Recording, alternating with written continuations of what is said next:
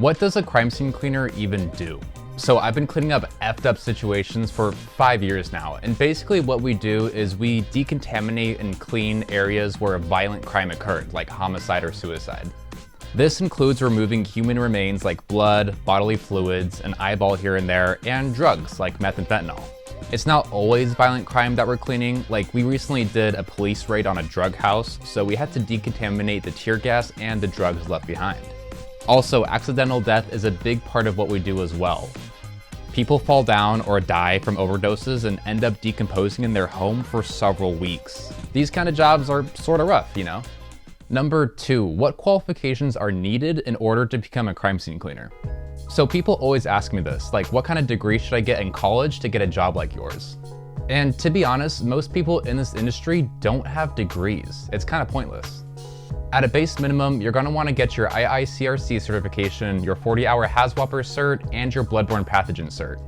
Some companies might require more, but these should at least get your foot in the door. These companies are highly competitive, so finding a job is difficult. Your skill set should include experience in customer service, sales, and marketing.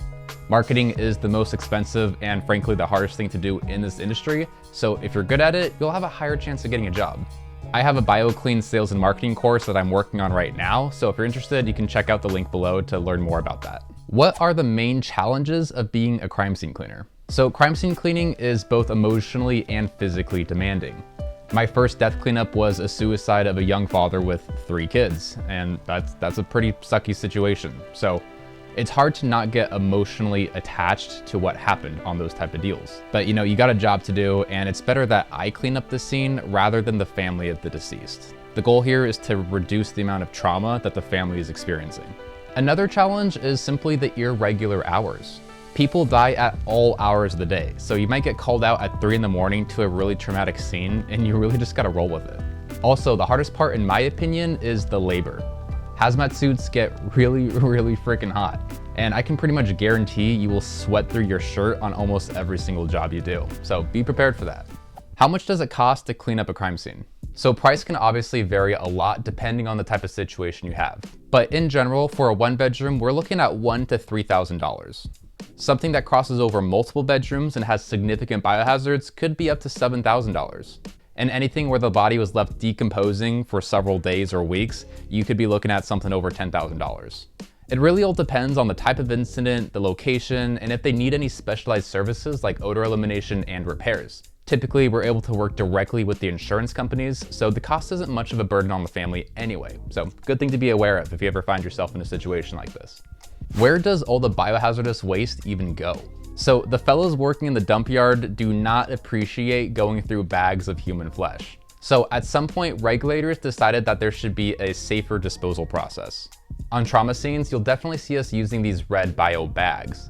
These specially marked bags are meant to hold all the biohazardous waste we collect, and then we just simply take them to the incinerator. Number 5, is it safe to do this kind of work? Certainly. Assuming you have all your proper PPE on, like hazmat suits and gloves and respirators, you'll be completely fine. Now, if you decide to go play in the bathtub of human flesh or start taking hits out of the ozone machine, you might get a little sick. So it's important to use proper protocol and your training on these job sites, and just don't do anything dumb. Number 6, how long does the cleaning process usually take? We do have an overdose decomp that we're doing this week, and so that might take a bit longer than usual, but typically just a couple of days and we're out of there. Number 7, are crime scene cleaners required to have a license? It varies a lot depending on what state you go to, but handling biohazardous material requires special training, and the government really doesn't want you to F it up or destroy the environment. So yes, tons of required licenses, but if you just do a Google search on your local state regulations, you should be able to find them there. Number 8, how do crime scene cleaners deal with the emotional aspect of the job? So coping mechanisms can vary a lot depending on who you are and what your interests are. But from my experience, I've seen a lot of people debrief with colleagues, they exercise, they go to therapy, they go for walks, binge drinking, you know, stuff like that. It's all really good. Number 9, how do you personally cope with the trauma you see at work? So obviously I'm kidding about the binge drinking part, but personally I do a mix of different things. Now, I've been doing a lot of exercise like running recently for the dopamine hit, and that's been fantastic. I've also been doing a lot of calisthenics as well, and that's been really good for developing the cerebellum and helps reduce the unwanted ADHD symptoms that I have.